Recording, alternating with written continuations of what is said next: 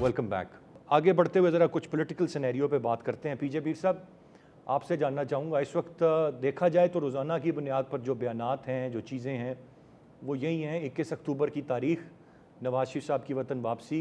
कभी निगरान वज़ीर दाखिला बयान देते हैं कि किस तरीके से गिरफ़्तार किया जाएगा, जहाज़ से कर लिया जाएगा। वो उन्होंने बाहर आना है, जलसा करना है, जलसे के बाद वो अदालत पेश हो जाएंगे। मुझे ये बताइएगा, नवाज शरीफ साहब की वापसी कितना इम्पैक्टफुल होगी? आप समझते हैं कि कुछ इम्पैक्ट उससे क्रिएट होगा, लेकिन या जितने सताए हुए अवाम हैं, तंग हैं तमाम मामलात से, वो ज़्यादा कुछ रिस्पॉन्ड नहीं करेंगे नवाज शरीफ साहब की वापसी को भी?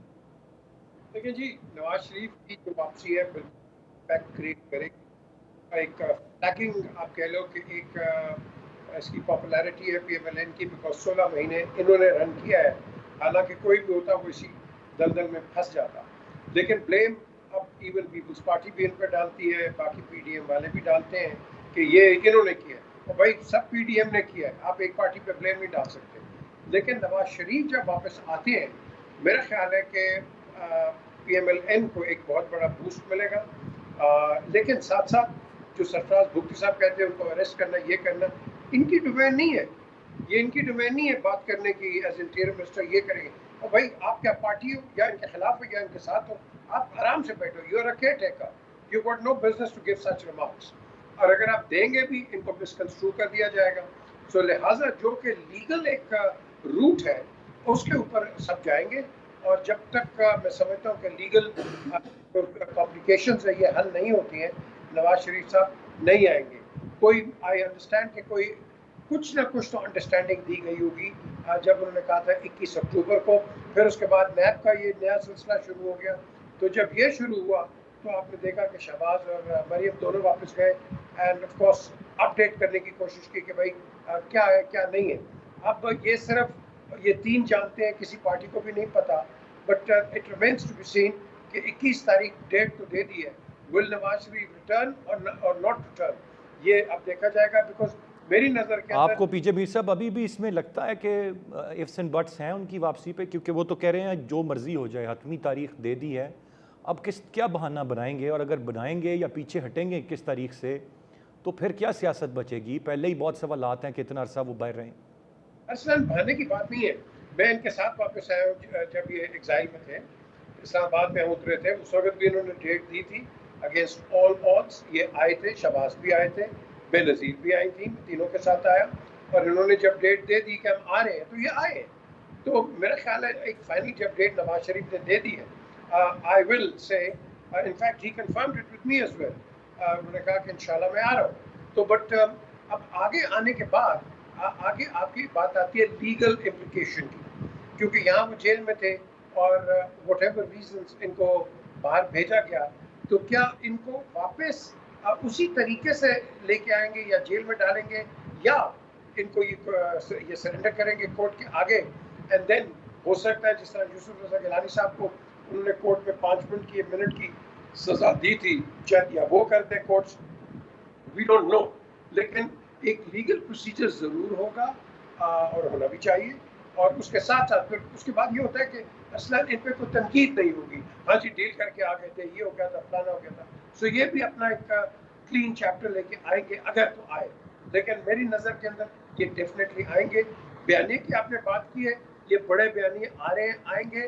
और 5 दिन पहले तक 21 अक्टूबर के 20 तारीख तक ये बयानी बदलते रहेंगे। ये आप देख लीजिएगा, हर किस्म का बयान आएगा। बिल्कुल सही। कमर चीमा साहब, ये फरमाइएगा, ये अब सूरत हाल बड़ी मुख्तलिफ है।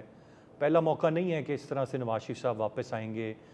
माजी का सिनेरियो बड़ा डिफरेंट होता था, एक आमरीत का दौर, फिर जिला वतनी, फिर अवाम से दूर, फिर वापस आना। तो अवाम भी आते थे एयरपोर्ट पे रिसीव करने, और मामलात बड़े मुख्तलिफ होते थे। ये तो अभी बीमारी की गर्ज से ख़ुद बाहर रहे, तवील अरसे तक रहे, जिला वतनी को इम्पोज़ नहीं इन पर की गई, यहाँ पर कोई आमरीत नहीं रही, इन्हीं के भाई ने हुकूमत की, अब ये वापस आ रहे हैं। तो ये सिनेरियो माजी के सिनेरियो से तो बड़ा डिफरेंट है। तो क्या एक्सपेक्टेशन क्या है? अवाम किस तरह से रिस्पॉन्ड करेंगे? ख़ास तौर पर इनके अपने लोग किस तरह से रिस्पॉन्ड करेंगे कि उनके कायद उनके दरमियान आ रहे हैं, या कोई ख़ास फ़र्क नहीं पड़ेगा? एक आम आदमी से अब बाहर बात करें तो वो बड़ी अच्छी निगाह से नहीं देखता है कि वो अपनी बीमारी का इलाज कराने के लिए गए थे और फिर इतना तवील क़याम हो गया उनका वहाँ पर। देखिए अरसलान साहब, पाकिस्तान में दो राय हैं इसके बारे में। एक राय तो ये है कि जी वाकई चोर हैं और सही इमरान खान साहब ने इनको जेलों में डाला था और ये डील करके गए सो एंड सो। एक तबका बिल्कुल ऐसा है जो समझता है कि इमरान नवाज शरीफ साहब और उनकी पार्टी के साथ ज्यादती हुई है और उनको 2013 में जब वो पावर में आए और 14 में उनके खिलाफ धरने शुरू हो गए और फिर उनको निकाल दिया गया, फिर डॉन लीक्स, पनामा लीक्स, ये वो सारा चलता रहा। इन बातों में भी अपनी जगह वजन मौजूद है, जिसका उस वक्त की जो सियासी जमातें जिसमें इमरान खान साहब थे फ़ायदा उठाते रहे कुछ ऐसे ताकतवर हलकों के साथ मिलके। सो मैं तो ये समझता हूँ कि for the sake of political stability, देखिए पंजाब में आपको एक ताकतवर लीडर चाहिए, वो लीडर जो चीज़ों को मैनेज कर सके। इमरान खान साहब पंजाब को डील कर रहे थे और उनमें उनकी हुकूमत थी, वो पॉपुलर थे। अभी नवाज शरीफ साहब के अलावा या उनकी पार्टी के अलावा कोई पंजाब को रन नहीं कर सकता। सो आपको जो नॉर्मली पाकिस्तान की सियासत है वो पंजाब के इर्द गिर्द घूमती है। पीपल्स पार्टी भले इंपॉर्टेंट है लेकिन वो सिंध में बैठी है। सो अवाम ये बिल्कुल ठीक कह रहे हैं कि जी डील है सो एंड सो, क्योंकि एक बयानिया पिछले कई सालों से इन टीवी पे क्या चलता रहा है, यही चलता रहा है, वो डील करके गए हैं, चोर हैं, फलां हैं और चलवाया गया है। मैं ज़ाती तौर पे ये समझता हूँ, एक तो ये इनको आना चाहिए, ज़्यादतियाँ भी हुई हैं इनके साथ लेकिन इनको भी सबक सीखने चाहिए। उस तरह सियासी जमातों को ना चलाएं, उस तरह निज़ाम को ना चलाएं, आके कोई एहतसाब की बातें ना करें, मुल्क चलाएं। ये ना कहें मैंने इसको पकड़ना है, इसको अंदर करना है, उसको ऐसे करना है। मुश्किल से तो आपकी हुकूमत आने लगी है, अगर आने लगी है तो। सो मुझे ऐसा लगता है कि इनका आना जो है वो पॉलिटिकल स्टेबिलिटी ला सकता है, क्योंकि इनके अपने पॉलिटिकल कॉन्टैक्ट्स दुनिया में मौजूद हैं। ये बहुत सारी चीज़ें कर सकते हैं, they are considered as doors.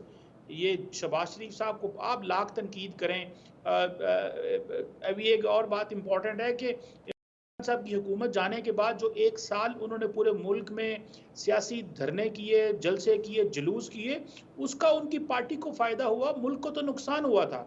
मुल्क को तो नुकसान हुआ था, अफरा तफरी फैली थी, हालात ख़राब हुए थे, उनकी पार्टी मजबूत हुई थी। सो अभी अगर वो ना करते साहब और एक मजबूत अपोजिशन पार्लियामेंट में बनाते हैं और हुकूमत को टफ टाइम देते, तो मैं समझता हूँ हालात पाकिस्तान के मुख्तलिफ होते। हमारे राइट। सियासतदानों का मसला ये है कि ये हैं, कहते अपने आप को डेमोक्रेट हैं, लेकिन जो असल फैसले हैं वो पार्लियामेंट से बाहर होते हैं। सो आई विश के वो आए, जो हुकूमत जीता है वो पार्लियामेंट में जाए और पार्लियामेंट में बैठ के एक लॉन्ग टर्म पाकिस्तान का प्लान बनाए। हम इस चीज़ के मुतहम्मिल नहीं, हम दहशत गर्दों से भी लड़ें और सियासी अफरा तफरी भी हो और फाइनेंशियली भी।